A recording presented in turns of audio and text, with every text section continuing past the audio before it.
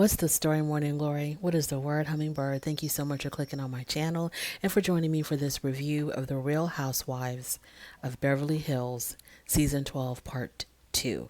So we're still at the scene where Garcelle and Diana are going back and forth regarding the comments that were made online towards Garcelle's son, Jax, and Diana is trying to defend herself by saying that she had nothing to do with that because Garcelle is implying that Diana, Rinna, or Erika, or all three, had something to do with the racist comments that were made online directed towards her son. So Diana says that Garcelle had called her evil, and Garcelle says, well, I did that in response to you calling Sutton a see you next Tuesday. So then Diana says, well, what is worse, a see you next Tuesday or the word evil? Andy Cohen said, see you next Tuesday is pretty bad. I think that's worse than evil. I think see you next Tuesday is a whole lot worse than evil because people call each other evil. They throw that word around all the time, every day, and you don't hear the see you next Tuesday being thrown around as much. Well, not in my group, not in my circle, not where I work or where I live or anything like that. Or even on television shows. When someone uses that word, even when you're watching television or if you're watching a movie or whatever, when you hear that word, there's always a reaction of some type. Erika is the one that likes to embrace that word because that one year she had a necklace that had that word and the women were so offended. But if someone had a necklace or a piece of jewelry that said evil, I think people would laugh it off or make a joke about it, but they wouldn't have such a visceral reaction as the see you next Tuesday. But then Erika, and I think, was it Rinna, some other people on that side of the couch, on Erika's side of the couch, felt like, see you next Tuesday, there was nothing wrong with that word. It wasn't as bad. And Diana for sure doesn't think that it's as bad as the word evil. I totally disagree. I think evil is not as bad. So, okay, Diana, whatever. So, Diana says that no one in the group would go after Garcelle's son. And she says that she's filed a lawsuit to investigate who made those comments online, who was in control of the bots. Andy asks, well, if you don't know who did it, how do you file a lawsuit? And Diana said that you filed a lawsuit against John Doe until you, I guess, figure out the identity of the person on who it is. So just because you don't know who the person is, but you know that something happened, a wrong thing was done, then I guess you still have whatever you need to proceed with a lawsuit, because you would think that in order to file a lawsuit, you would have to know exactly who the defendant is. But you can just use John Doe until an identity emerges somewhere down the line. Diana's lawyers said that they're going to dig up who the bots are. Of course, Garcelle says that she has her own lawyers who are looking into it. Erika defends Diana and tries to convince Garcelle that, oh, Diana's a really good person because, she's doing something about it. She's trying to figure out who was responsible for those comments against your son. And, Garcelle is just like, okay, if you say so. Moving on. So as they were, I think it was during a break, Erika and Rinna are having a conversation, and I think they were in one of their makeup rooms or dressing rooms, I think. And they talk about how, threats against their children is very common. And Rinna says, yeah, sometimes our kids even get death threats, but we would never accuse one another of doing that. So kind of like implying, where does Garcelle get off accusing us of threatening her children when all of our children have been threatened? We've all been threatened. And that's just, par for the course when you're on a reality TV show. But we would never go after one another or accuse one another of saying such things. And they say that the purpose of whoever's responsible for these comments or whoever's in control of these bots, their purpose is to cause division within the group, and they have succeeded because, Garcelle is thinking that her castmates have done this to her child. Okay, so the issue of other castmates not taking these threats seriously and Garcelle taking it so seriously to the point where she thinks that someone within the group had done it. Do I feel like Garcelle is valid in how she feels or in what she's thinking or what her assumptions are? I think that I think that it's hard to say because I want to say that Garcelle is validated in how she feels, in her thinking that, and I don't think she necessarily believes 100% that someone in the group did it. I think she thinks that it's plausible that someone in the group had done it. I don't think she's all like gung ho. I for sure believe that someone in the group did it. And if you show me proof that it wasn't from anybody within this group, I'm not going to believe it. I think she's open to, whoever could be responsible, she's open to accept that. I think that the way that she's been treated and the things that have been said, she feels like, well, if they could dislike me enough to say the things that they've said or do the things that they've done, they can dislike me enough to threaten one of my children behind, a bot.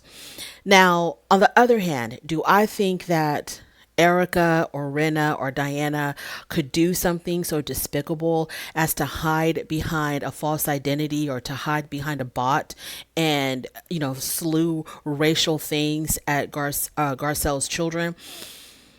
I want to say, I don't know. I'm tempted to say no. I don't think that they would. But you can never really know a person, and you never really know what a person is really capable of. Do I feel like they have that much hate against Garcelle to harm her children, like to emotionally and mentally harm her children?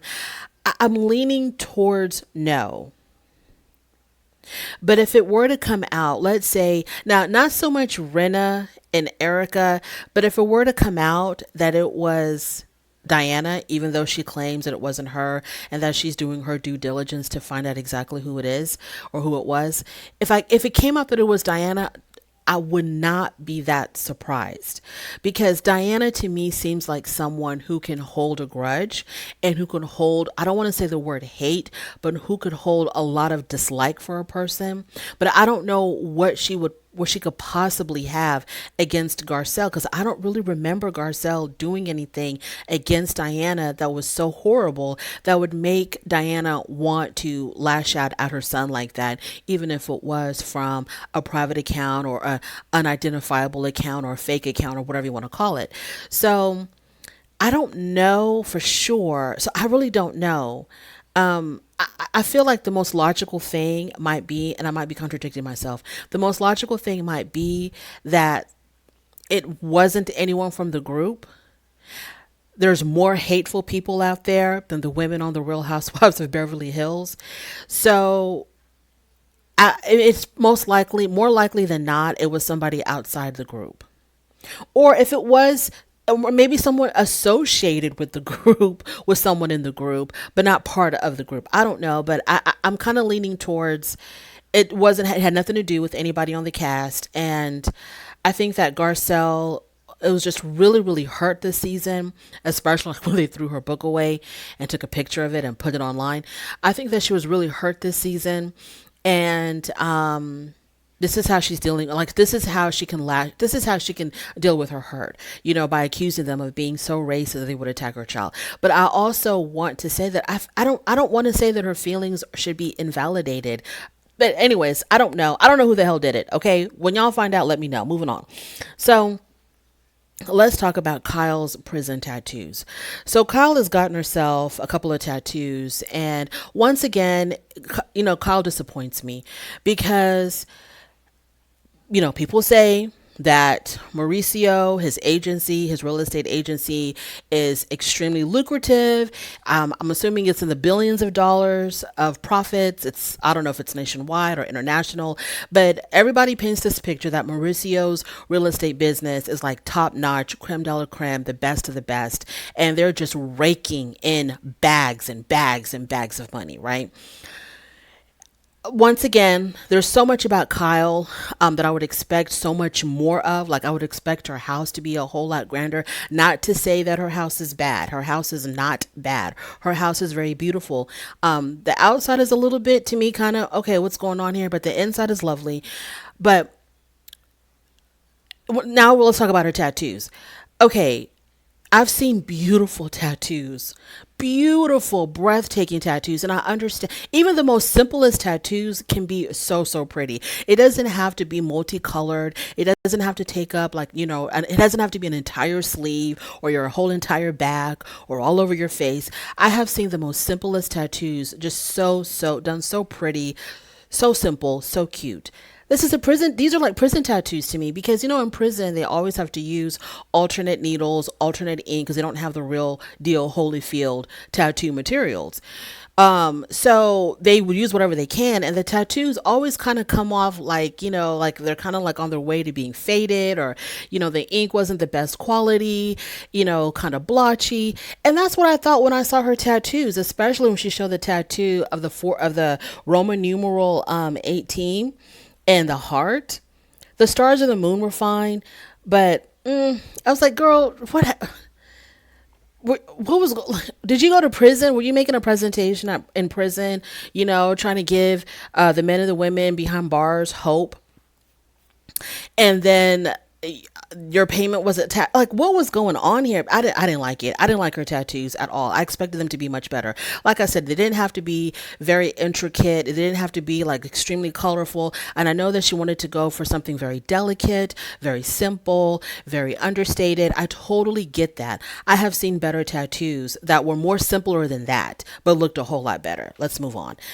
Dorit and Mauricio. Nobody believes that Dorit and Mauricio had anything to do with one another.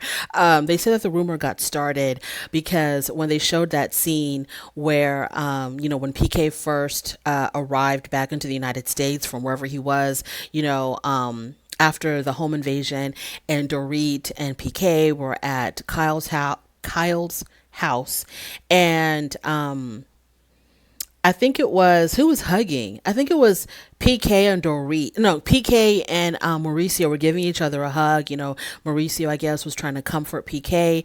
And then here comes Dorit, and she embraces both men. And then she kissed Mauricio, I think, on the shoulder. So her embracing both men, okay, I'm fine with that. But girl, you went a little bit too far with the kiss on the shoulder. I'm not saying that implied any type of, illicit affair between her and Mauricio. Nobody believes that. That's absolutely crazy. But I'm just saying, why did she go that far to kiss him on the shoulder? That's all I'm saying. Why would she go that far to kiss him on the shoulder? That made no sense. So I guess from that scene, the rumors started about her and Mauricio having some type of an affair. No. Moving on. Garcelle talked about, okay, so Garcelle, when she was talking about her book, and she talked about how in her book she relates the story of when she was 18 years old or 17 years. I think she was 18 years old. Yeah, she was 18. She had an encounter with Bill Cosby, and she was invited to his home. She talks about this in her book. She was invited to his home, and he gave her something to drink, and she immediately did not feel comfortable being there. And so she hightailed it out of there. So, she saved, who knows what could have happened. We can't speculate, but knowing the history of Bill Cosby in the past, whatever was going on, whatever it was, some might say that she escaped, something very awful happening to her. So they talk about that, and how she listened to her gut instinct. And then Andy asked Erika if she had at least skimmed the book. At least, did you take a little gander at the parts that were about you in her book before you threw her book away? And so at that point, Erika was like kind of silent. She didn't answer right away. And then Rinna confesses and said it was her that had trashed Garcelle's book. So they talk about how, for a long, long time, Erika took the blame for throwing away Garcelle's book when all along it was Rinna. And so Rinna was upset. The reason why she threw the book away was because she was upset that Garcelle had mentioned her daughter's eating disorder. She felt like that it should not have been a part of the book, and Garcelle defends herself by saying, well, it wasn't really talking about your daughter's eating disorder. It was talking about a scene on the show where she had asked Rinna, do you feel like your body type has influenced your daughter having this eating disorder? Like, do you somehow feel responsible for your daughter having an eating disorder because you're so thin? And so she didn't want that mentioned in Garcelle's book. Garcelle still put it in her book, but they came to a resolution because in the second edition of the book, it was not included, and it was not included in the audio version either. So that's the reason why she threw away Garcelle's book. So then they talk about, so okay, let's talk about that. Let's pause. Okay, some people might say that Rinna had a valid reason to not want that mentioned in Garcelle's book. Garcelle obviously told it because it was her story to tell. You know, she was having a conversation with Rinna about this, and so she was a part of that conversation. So she felt like, you know, she had the right to talk about it in her book. Rinna obviously disagreed. So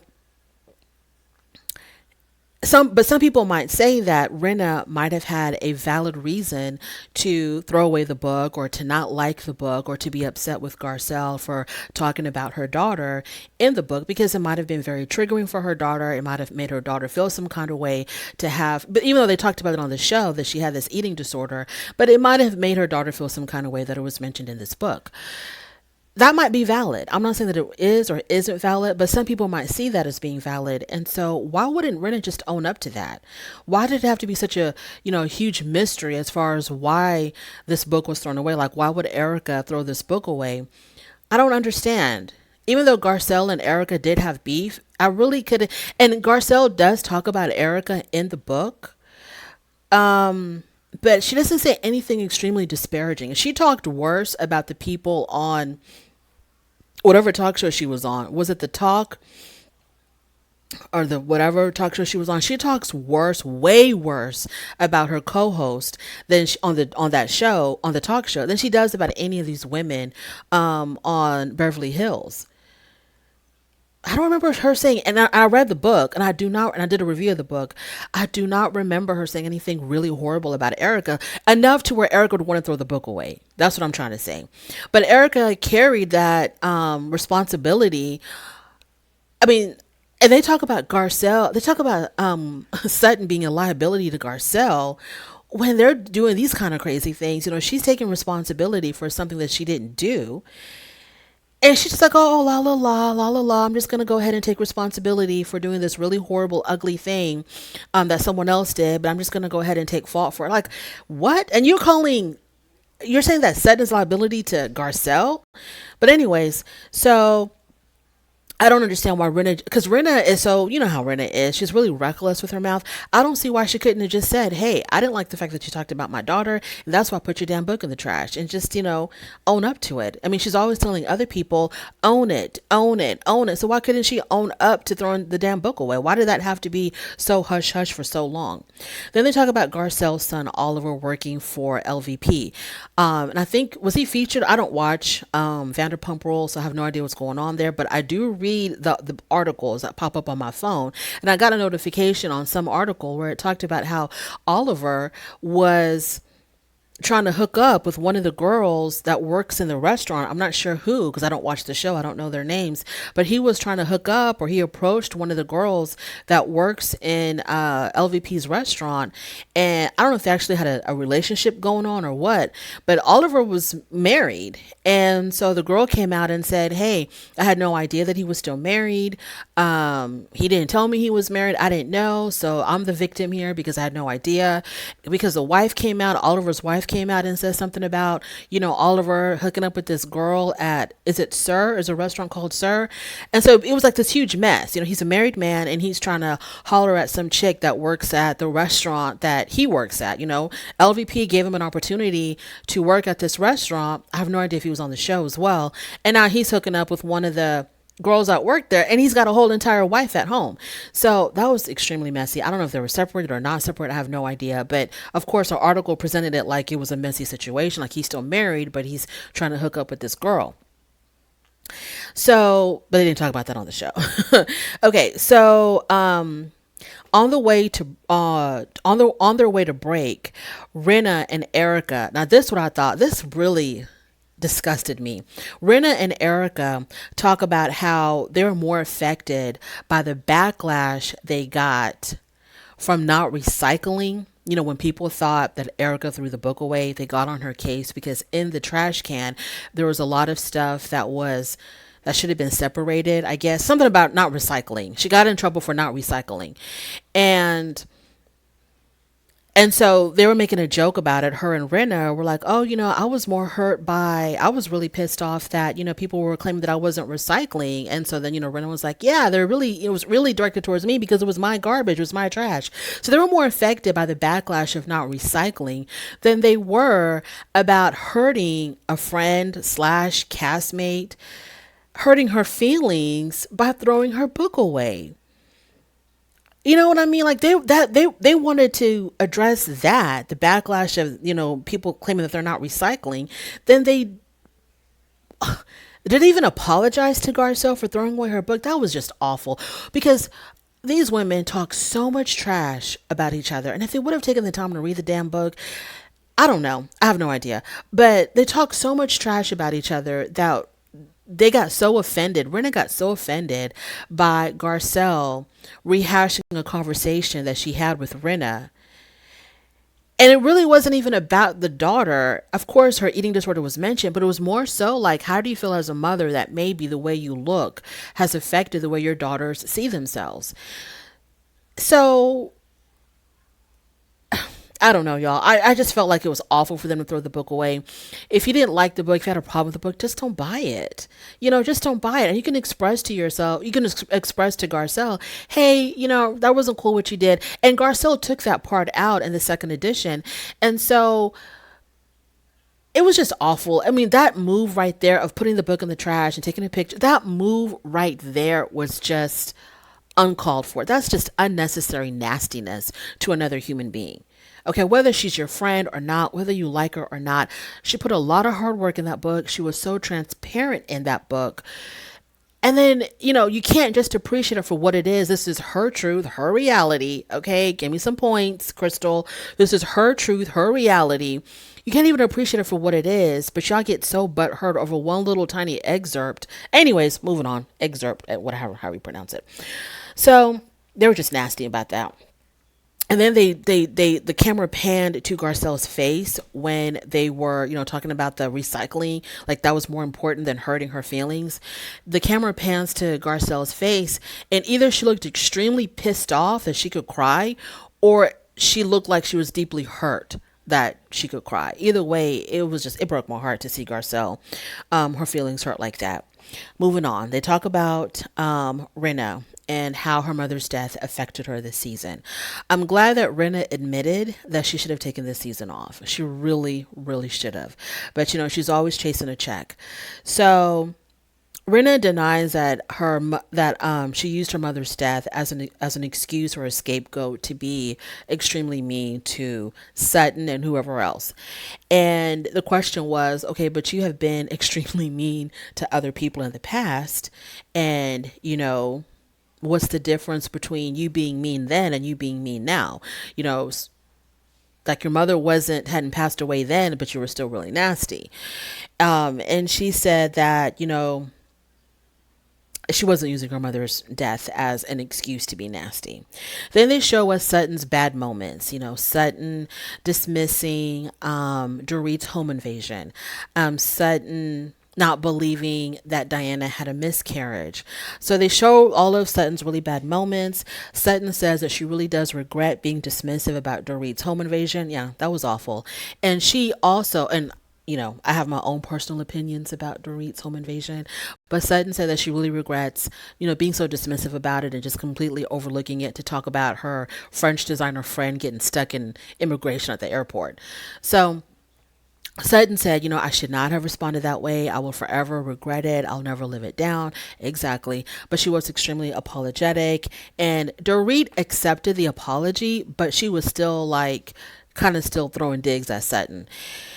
So Kyle putting her hands on Sutton. Okay, so they talk about Kyle when Sutton did not believe about, Diana having a miscarriage because she showed up at some event.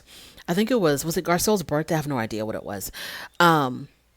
or was it Kyle's? Oh, well, I have no idea. It doesn't even matter. So they're talking about how when Sutton and Diana were having a conversation at this event, and Sutton did not believe that Diana had a miscarriage because she showed up at the event instead of being on bed rest or whatever. And so Diana got really offended, and then Sutton said, "Okay, I'm sorry."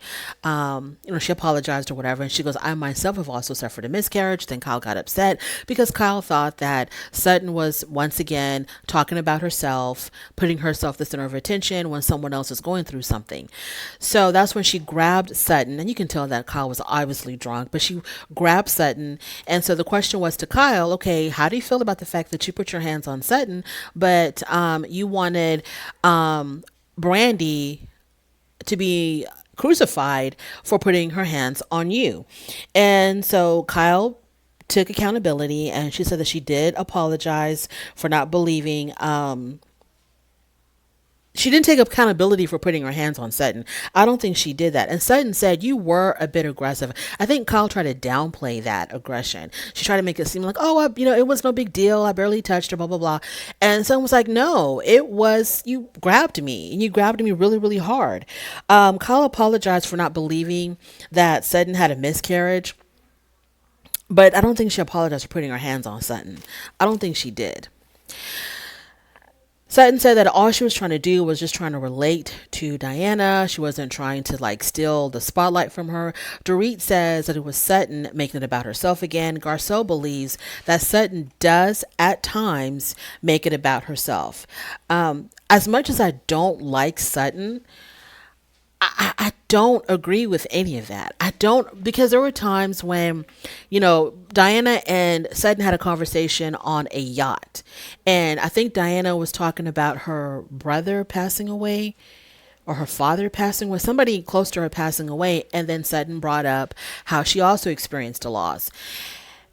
I really think that that's Sutton's way of trying to relate and trying to show the other person that we've got this in common. Because I have seen people who, no matter what you say, they'll match that and raise you one. No matter what you talk about, it could be an experience that's so unique that you're the only one on earth who experienced it. And then they'll come back with, "Oh, that happened to me too. Let me tell you about it." I understand what they're saying. There are people like that for sure. But I didn't see it that way. I just thought it was a way for Sutton to relate and say, "Hey, I've been through the same thing. I understand how you're feeling." But everybody seems to think that that's Sutton's way of stealing the spotlight. Even Garcelle. Sutton talks about Rinna attacking her all season and saying that Rinna was really mean to her, really nasty to her. A lot of people would definitely agree. Sutton doesn't consider Rinna a friend, and she demands an apology from Rinna. Rinna did apologize for taking out her pain, her sadness, and her fear on Sutton.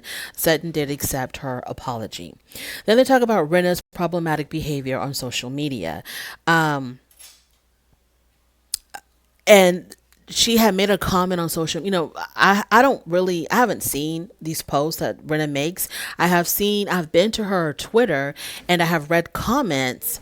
Like she could have posted something like, "Good morning, everybody." And then there's 1,000 comments just of hateful things, because Rinna is a very polarizing type of person. And, I don't know about how problematic she is on Twitter, but they showed her tweets and all the things that she said, all the awful things that she's tweeted. And she had made a post about how she said something about, "When we fight with Garcelle, we're seen as racist, but I don't care. I'm going to say what I want." And so then Garcelle said, "Well, those comments can come across kind of like they can come across as being very microaggressive, or as a microaggression." And then also they talked about how, the situation between Garcelle and Kyle, when Kyle had called Garcelle out for not paying for whatever the hell it was that she had bid on at some charity event and didn't pay for it or whatever.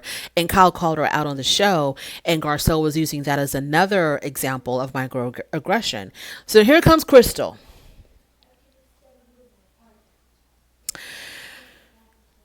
Here comes Crystal. Crystal comes and interrupts and interjects into this conversation and says, "You see, that's exactly what I was trying to say with what happened to me." And Kyle was like, well, I think we're talking about two different things. And so then Crystal becomes extremely defensive towards Kyle. And, she gets upset because Kyle is not going to bend. Kyle is not going to see it Crystal's way.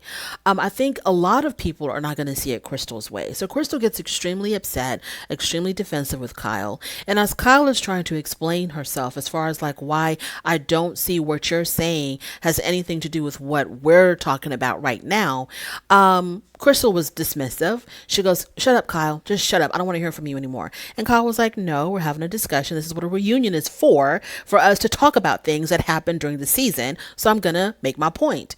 So I was just like, even Andy stepped in and said, "Crystal, I think you're misunderstanding what the hell is going on here.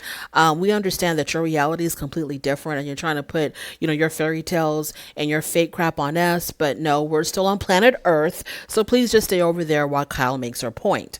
So it was just a hot. I'm like, Crystal, can you let it go? Crystal always wants to, whenever that whole situation comes up with what Sutton said, what Sutton didn't say, the dark comment, all that other nonsense, whenever that comes up and she gets attacked and people question her and interrogate her, she doesn't want to talk about it anymore. Oh, we've already made up. She apologized. It's over. It was my reality. That's what it was. But then she brings it up again. Like, why would you bring that? It was over, Crystal. We talked about that part one. We talked about that part one, Crystal. Why are you bringing it up in part two? And you better not bring it up in part three.